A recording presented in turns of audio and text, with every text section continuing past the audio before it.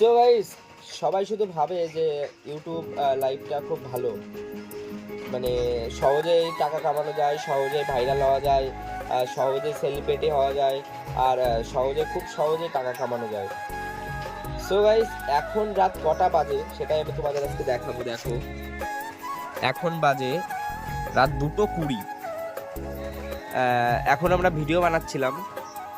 So এরকম ভাবে গানটা চলছে, লাইট জ্বলছে কটা দেখো, একটা, ওই একটা, দুটো, এই একটা, তিনটে লাইট চলছে, এই একটা অফ রয়েছে, সেটা এখনো চালাইনি। সো গাইস, বেচারা এডিট করতে করতে, মানে ভিডিও করতে করতে একটু ক্লান্ত হয়ে গেছে, এডিটও করছিল।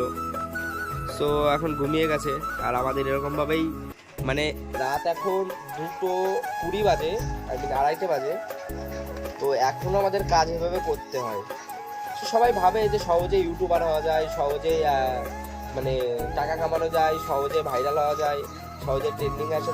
কিন্তু ইউটিউব লাইভটা বা সোশ্যাল মিডিয়া যে কি একটা জিনিস, সেটা যারা করে তারাই একমাত্র জানে যে কতটা কষ্টের পরে সেই জায়গাটায় তাদেরকে যেতে হয়।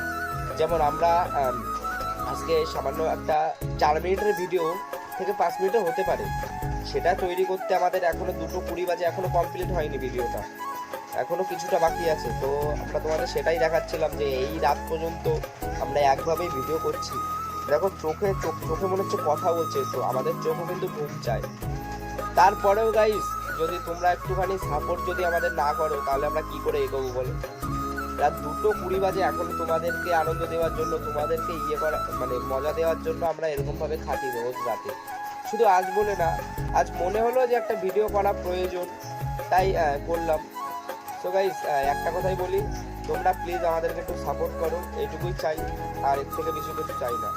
তোমাদের সাপোর্টেই আমরা আছি, তোমাদের ভালোবাসায় আমরা আছি।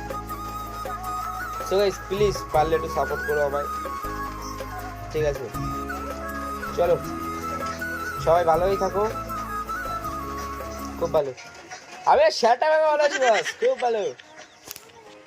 বেচারা উঠে গেছে ডায়লগ শুনে।